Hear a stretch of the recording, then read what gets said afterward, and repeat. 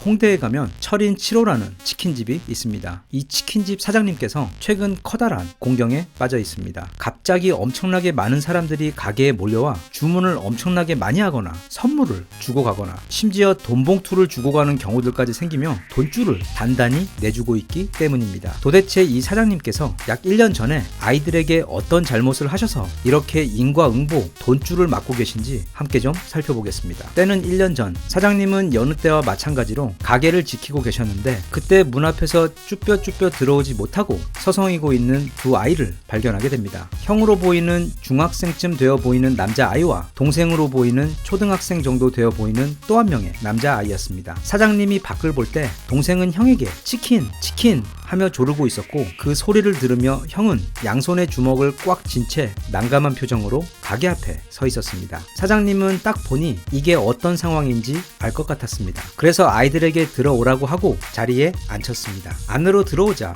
형은 안절부절 어렵게 입을 떼더니 꼬깃꼬깃 가져온 5,000원짜리 지폐 한 장을 사장님께 건네며 조금이라도 좋으니 혹시 5,000원어치만이라도 치킨을 먹을 수 있느냐고 사장님께 물었습니다. 사장님은 일단 아이들에게 기다리라고 한 후 주방으로 들어가셨습니다. 그리고 얼마 있다 다시 홀로 나온 사장님 손에는 5,000원어치는커녕 닭 한 마리 양보다도 많아 보이는 아주 맛있게 튀겨진 엄청나게 많은 치킨이 들려 있었습니다. 사장님은 아이들에게 맛있게 먹으라며 그 치킨을 두 형제 앞에 놓아주면서 이 말을 덧붙였습니다. 내가 닭은 니들 원하는 만큼 줄 수 있으니까 또 배고프면 언제든지 다시 찾아와라. 아마 모르긴 몰라도 그날 두 형제는, 특히 그 철없는 동생 녀석은 평생 소원이 다 풀렸을 정도로 정말 원 없이 맛있는 치킨을 배부르게 먹었을 겁니다. 하지만 미안함 때문인지 그날 이후 사장님은 다시는 그 아이들을 볼 수 없었습니다. 그런데 바로 며칠 전에 사장님 앞으로 두 장의 종이 위에 손으로 빼곡히 적어보낸 손편지 한 통이 도착했습니다. 편지를 보낸 사람은 그때 그 형제 중 형이었습니다. 그 편지에는 아주 많은 이야기가 담겨 있었습니다. 1년 전 그날 두 형제가 치킨집 앞까지 가게 된 이야기도 적혀 있었습니다. 형은 올해 18살이고 동생은 형보다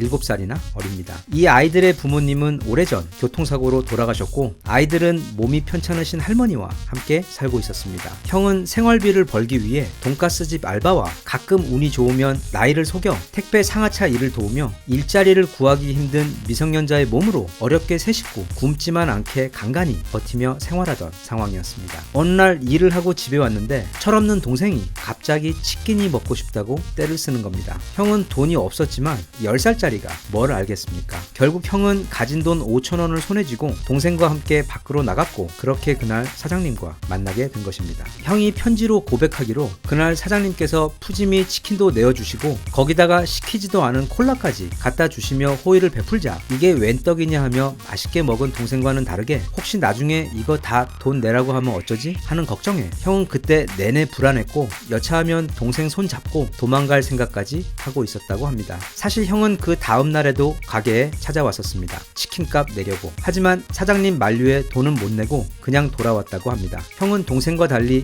이제 나이도 좀 있고 또 직접 돈도 벌어봤기 때문에 그 사장님에 대한 감사함도 그렇지만 약간의 쪽팔림도 있어서 다시는 그 가게를 찾아가지 않았다고 합니다. 하지만 철없는 동생은 형이 일하러 나간 사이 다시는 그 가게에 찾아가지 말라는 형의 말을 어기고 몇 번이나 가게를 찾아갔다는 것을 알게 되었고 그때마다 사장님께서는 변함없이 동생을 다정하게 맞아주시며 치킨을 대접했다는 사실도 형은 알게 되었습니다. 그 이야기를 들은 형은 다시는 거기 가지 말라며 동생을 크게 꾸짖었다고 합니다. 그런데 어느 날 보니 원래 덥수룩했던 동생 머리가 깔끔하게 깎여져 있어서 왜 그런가 동생에게 물어봤더니 치킨 먹으러 찾아온 동생 머리가 너무 길어서 사장님께서 치킨 다 먹인 후 근처 미용실에 데려가 이발까지 시켜 집으로 보낸 것이었습니다. 형은 이 말로 편지를 마무리했습니다. 그때 너무도 오랜만에 느껴보는 따뜻함이어서 1년이 지난 지금도 생각이 납니다. 나도 앞으로 성인이 되면 꼭 돈 많이 벌어서 아저씨처럼 자기보다 어려운 사람들을 도와주는 멋있는 사람이 되고 싶다고. 그리고 편지 말미에 이런 말을 덧붙였습니다.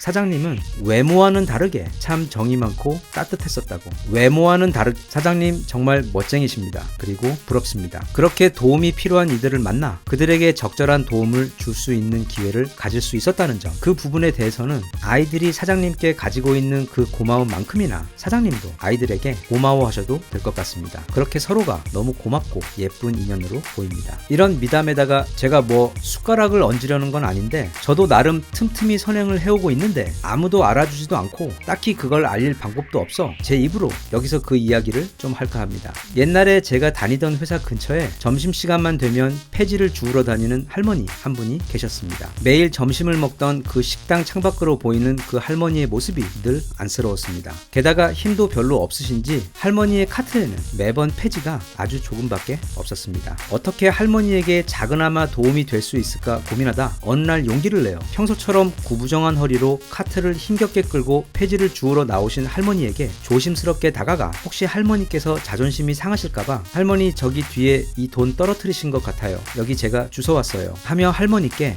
미리 준비했던 10,000원짜리 지폐 한 장을 전해드렸습니다. 그러자 할머니께서는 아이고 그게 그새 떨어졌나 보네. 고마워 젊은이 하시며 재빨리 그 돈을 받아 넣으셨습니다. 그렇게 폐지 줍는 할머니나 할아버지에게 전에도 기회가 될 때마다 아주 가끔 당시 제 형편도 별로여서 큰맘 먹고 10,000원씩 전해드리곤 했는데 다른 분들은 대개 자기 돈 아니라고 하시면서 극구 사양하시다가 나중에 결국 정말 고맙다며 어렵게 돈을 받아 넣으시곤 했는데 이 할머니께서는 바로 자기가 떨어뜨린 것 맞다고 하시며 받으시는 걸 보고 아 그런 걸 생각할 여유도 없을 정도로 정말 어려우신가 보다 하는 생각이 들어 마음이 더 아팠습니다. 그리고 그런 할머니에게 조금이나마 도움이 되었다는 생각에 무척 기뻤습니다. 그렇게 할머니에게 돈을 드리고 돌아서서 오는데 그 모습을 도로 건너편에서 계속 지켜보고 계시던 저를 잘 아시는 옆 건물 경비 아저씨께서 지금 저 할머니한테 돈 드린 거냐고 제게 물으셨습니다. 저는 속으로 남몰래 하려고 했던 선행이 또 이렇게 금방 알려지게 되는구나 하는 생각에 부끄러운 듯 그렇다고 대답했습니다. 그런데 대뜸 아저씨께서 그런데 저 할머니 하며 운을 떼시는 겁니다. 저는 혹시 저 할머니께서 큰 병까지 있으시다는 그런 이야기인가 아니면 계실 곳이 없으시다는 그런 이야기인가 불안한 마음으로 다음 말을 기다렸습니다. 아저씨는 말을 이어가셨습니다. 저 할머니 저 앞 10층짜리